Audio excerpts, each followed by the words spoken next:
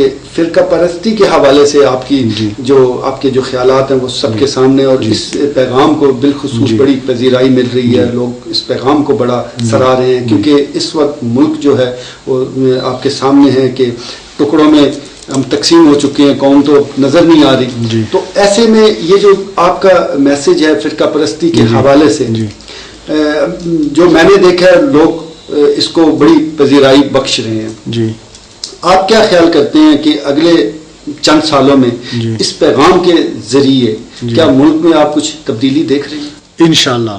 میں آپ کی خدمت پہ اس سوال سے پہلے ایک بات میرے ذہن میں آیا ہے، وہ بھی اس سوال کے ساتھ مربوط ہے. ایک وقت کوئی صحافی تھا، اس کا نام مجھ سے بھول گئی، تو وہ پریس کلب میں وہ انٹرویو تھا، شاید ادھر آپ تھے یا نہیں تھے. اس نے مجھے کہا ہے کہ پیر صاحب یہ جو آپ تبلیغ کر رہے اس سے زیادہ افغانستان میں تبلیغ کرنے کا ضرورت ہے، آپ ادھر کیوں آئے اور ادھر کیا آیا ادھر علماء توڑے؟ میں نے ان سے کہا کہ جناب ایسی بات نہیں ہے. میں آپ کو ایک سادہ مثال بتاتا ہوں کہ اگر آپ اپنی گھر میں کھانا کھاتا ہے لیکن جب امریکہ جائے تو ادھر ہی روزہ رکھے گا. یہ تو مسلمان کا خوراک ہے، روح کا خوراک ہے. تبلیغی دین جدھر بھی ہو تو آدمی ادھر کرتا ہے، لیکن اس کا مقصد یہ نہیں ہے کہ پاکستان میں علماء نہیں یا دانشور لوگ نہیں، یا ہر مسلمان پر اپنی علم اور توفیق کے مطابق امر و نہی کا دعوت جو ہے نا وہ لازم ہے، وہ دینا چاہیے جب تک زندگی ہو. تو دوسرا میں نے کہا کہ آپ افغانستان کی بات کرتے ہیں کہ آپ افغانی ہے. میں نے ان کو کہا ہے کہ دیکھو نا میرے دوست، افغانستان نے مجھے جنم دیا ہے اور پاکستان نے مجھے پالا ہے. میرا 64 سال زندگی ہے، 30 سال افغانستان میں گزر چکا ہے اور 34 سال پاکستان میں. پاکستان نے مجھے عزت دی ہے، پاکستان میرا گھر ہے. دوسرا فرقہ پرستی کے حوالے سے پوچھ رہا تھا کہ آپ کیا سمجھتے ہیں کہ یہ جو آپ کا پیغام ہے، عوام تو اس کو پذیرائی بخش رہے ہیں، کیا سمجھتے ہیں اگلے چند سالوں میں اس کے ذریعے انشاءاللہ انقلاب آئے گا؟ انشاءاللہ میر صاحب، میں نے ایک قول میں نے ایک کتاب کے ابھی چند دنوں میں مہینے سے پہلے انشاءاللہ تعالی شائع ہو جائے گا، اور آپ کو خوشخبری دیتا ہوں کہ میں نے قول لکھا ہے کہ انقلاب قتل انسانیت نہیں ہے بلکہ حقیقی اور معنوی تبدیلی لانے کا نام ہے. جب میرا پیروکار زیادہ ہو جاتا ہے دن بدن، اور الحمدللہ ہو رہا ہے، ہمارا نیت پاک ہو، ہمارا گفتار پاک ہو، ہمارا کردار پاک ہو، یہ ایک نور ہدایت ہے، یہ ایک سے دوسرے تک منتقل ہو جائے گا اور میں پورا مطمئن ہوں. پھر آپ سے عرض کروں گا کہ پاکستان کا حامی اور ناصر اللہ ہے، اللہ تعالیٰ کی حفاظت میں ہے، محفوظ رہے گا. اغیار ہمارا کچھ نہیں بگاڑ سکتا ہے، کچھ نہیں ہوگا. ادھر امن بھی قائم ہو جائے گا اور غیروں کا آت بھی کٹ جائے گا انشاءاللہ تعالی. لیکن آپ کی وساطت سے سیاسی لوگوں کو، مذہبی لوگوں کو، ساری اداروں کو، سارے کارکنان کو، مختلف لوگوں کو یہ میں پیغام پہنچانا چاہتا ہوں کہ اللہ کی خاطر اپنے آپ پر، اپنی آئندہ نسلوں پر رحم کر لے. ذات پرستی چھوڑو، حق پرست بن جاؤ، متحد ہو جاؤ. اللہ کی قدرت کے بعد اتفاق مخلوق میں سب سے عظیم قدرت ہے. اتفاق میں آپ کا بقائے، نفاق میں بربادی ہے. اور اے میرے مسلمان بھائیوں بہنوں سب کو یہ عرض ہے میرے طرف سے کہ جو چیز اپنے لیے پسند کرتا ہے وہ دوسروں کے لیے پسند کر لو. جنگ ختم، پھر قواریت ختم، خونریزی ختم ہو جائے گا. بالکل صحیح. جی اچھا اظہر صاحب، ابھی اسی حوالے سے میں گفتگو کو آگے بڑھاؤں گا کہ تنظیم کی بھی ہم نے گفتگو کی ہے، آپ نے جو ماضی میں کام کیا ہے یا اب کر رہے ہیں. میں مستقبل کے حوالے سے پوچھنا چاہوں گا کہ کیا آپ نے کوئی ایسے ٹارگٹ مقرر کیے ہیں کہ جن کو اچیو کرنے کے لیے آپ پر امید ہیں کہ مستقبل میں تنظیم یہ ٹارگٹ اچیو کرے گی، یہ ٹارگٹ تک پہنچے گی؟ میرا تو ایک سوچ ہے جی، باقی اگر اللہ مدد کرے تو شاید ہم کامیاب ہو جائے اس سوچ میں. اگر اللہ کا مدد نہ ہو تو ہم کچھ بھی نہیں کر سکتے. میرا تو یہ ٹارگٹ ہے کہ خیبر سے ایک عورت، جوان عورت ٹرین میں بیٹھے اور اس کے پاس کلو کے حساب سے 10 کلو کے حساب سے سونا ہو، ان کے پاس کوئی اور بندہ، اور وہ کراچی میں جائے لیکن کوئی اس کی طرف دیکھ نہ سکے. میرا ٹارگٹ یہ ہے. میرا ٹارگٹ یہی ہے چکوال ایک مثالی شہر بن جائے کہ سنہرے کا دکاندار شہر گھر آ جائے اور تالا بیچ دینا ختم ہو جائے، ویسے گیٹ کو بند کر لے اور جب صبح ہو جاتا ہے اس کا مال معاف. میرا یہ ٹارگٹ ہے، یہ میرا سوچ ہے. حضرت صاحب ابھی آپ نے جو تنظیم کے جو مستقبل کے حوالے سے اہداف ہیں وہ بتائے ہیں، تو یہ اتنے زبردست ہیں کہ یہ تو ہر پاکستانی کے دل کی آواز ہے. ہر پاکستانی یہی چاہتا ہے کہ ملک امن کا گہوارہ بنے، یہاں پر حقیقی جو اسلام ہے وہ بھی نافذ ہو، اور امن و امان کی صورتحال کی جس طرح آپ نے تصویر کشی کی ہے وہی حقیقی منظر ہمیں نظر آئے. میری دعا ہے کہ آپ یہ جو مقاصد بیان کر رہے ہیں ہماری زندگی میں ہم یہ دیکھیں کہ ایسا ہو. گفتگو کو آگے بڑھائیں حضرت صاحب. اب میں یہ پوچھنا چاہوں گا کیونکہ ہماری سیاسی حوالے سے گفتگو ہوگی، تنظیم کے حوالے سے گفتگو ہوگی، آپ ماشاء اللہ بعمل آدمی ہیں.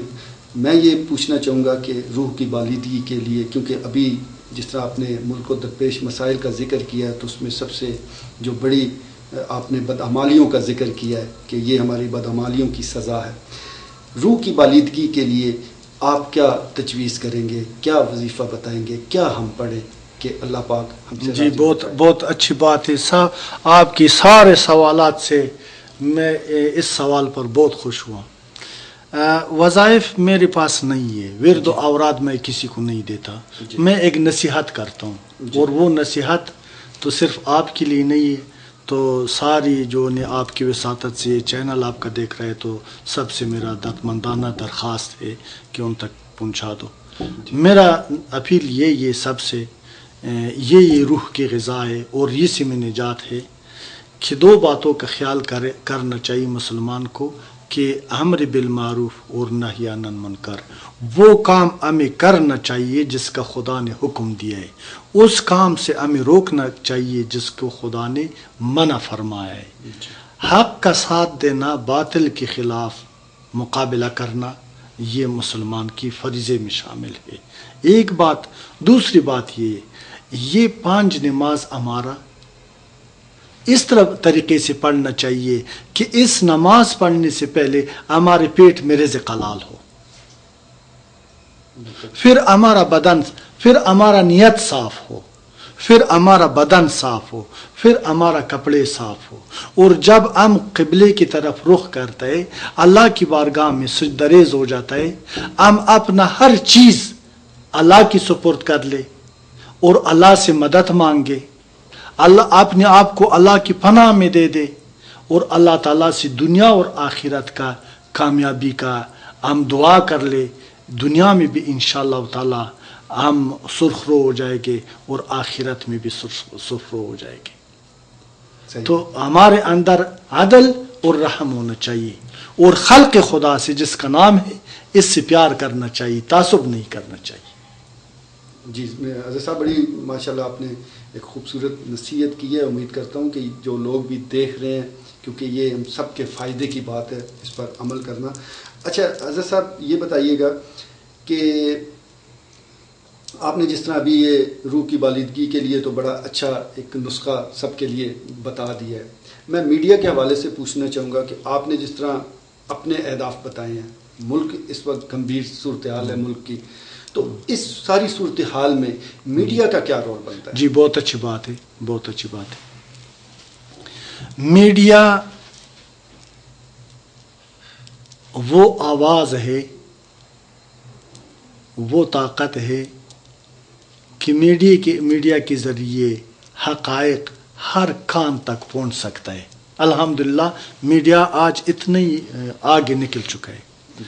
تو میڈیا والوں سے، آپ سے اور دوسرا میڈیا والا بھائیوں سے میرا یہ گزارش ہوگا کہ جدھر اللہ تعالیٰ نے آپ کو علم دیا ہے، آپ نے تعلیم کیا ہے، آپ کے پاس شعور ہے، آپ کے پاس ضمیر ہے، آپ سمجھتے ہیں کہ حق کیا ہے اور باطل کیا ہے، جدھر آپ کو حق نظر آتا ہے، یہ میرا اور آپ کا اور سارا ان لوگوں کا جو کلمہ پڑھتا ہے مسلمان ہے، وہ سب کا ذمہ داری ہے کہ حق کو اجاگر کر لے، حق اور سچ کو لوگوں تک پہنچا دے، اس کا ساتھ دے دے، ان کا تشہیر کر لے.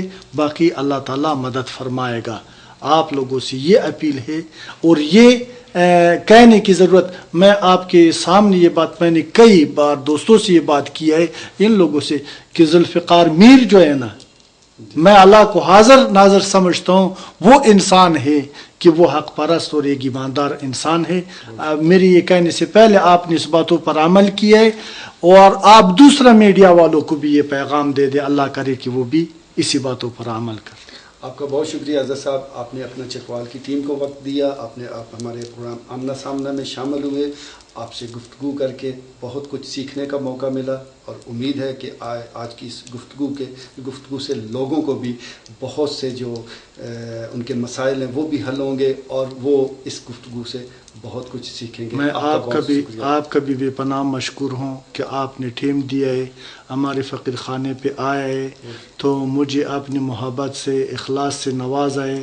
یہ آپ کا گھر ہے، آپ کی درازی عمر کے لیے، آپ کو مزید سچ اور حق ساتھ دینے کے لیے میں اللہ کی بارگاہ سے دعا گو ہوں اور خداوند کریم آپ کو سلامت رکھے. بہت شکریہ. جی ناظرین، ابھی آپ نے پروگرام آمنا سامنا میں کاروان ناجیہ کے سرپرست اعلیٰ حضرت پیر ظفر منصور صاحب کی گفتگو سنی. انہوں نے تمام جو سوالات تھے اس کا بڑی ہی ہمت سے اور بڑی ہی اچھے طریقے سے ان تمام سوالات کا جواب دیا جو ان سے پوچھے گئے.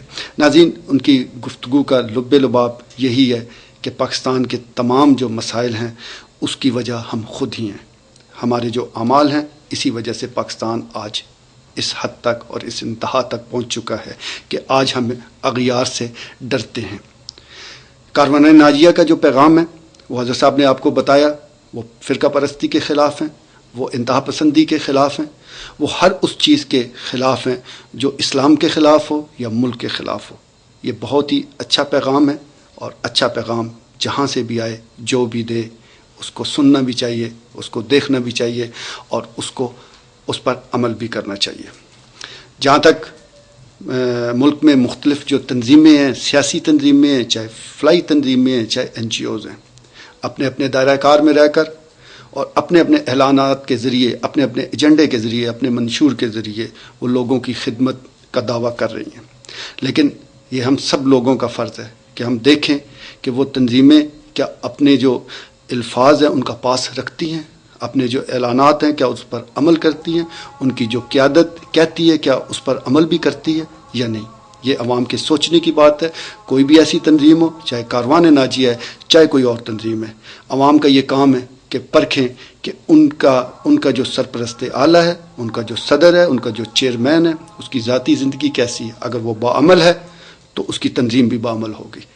یہ ایک ایسا نسخہ ہے جس کے ذریعے عوام آگے بڑھیں، کیونکہ اگر ہم تنظیم کا سربراہ کسی نااہل آدمی کو بنائیں گے یا ایسے آدمی کو بنائیں گے جو خود ہی وطن دشمنی میں اور ایسی سرگرمیوں میں ملوث ہے جس سے ملک کو نقصان پہنچ رہا ہے، تو اس کی تنظیم بھی، اس کی جماعت بھی ملک دشمن ہی جماعت تصور ہوگی اور ایسی سرگرمیوں میں آگے ہوگی. جہاں تک کاروان ناجیہ کے سرپرست اعلیٰ پیر ظفر منصور صاحب سے گفتگو کا مقصد تھا، تو یہ جو اس تنظیم کے پلیٹ فارم سے ابھی تک ایک فلاحی خدمات کا سلسلہ جاری تھا، وہ بھی عوام کے سامنے لانا تھا. کیونکہ تنظیم کے مقاصد میں یہ میرے خیال میں پیچھے ہے کہ وہ میڈیا کو زیادہ آگے نہیں آنے دیتے اور کوشش کرتے ہیں کہ میڈیا سے بچ کر ہی اپنا کام جاری رکھیں. لیکن میڈیا کا یہ کام ہے کہ جو اچھا کام جہاں بھی ہو رہا ہو اس کو بھی فوکس کریں اور اگر کسی جگہ کوئی خرابی ہے تو اس کو بھی سامنے لائیں.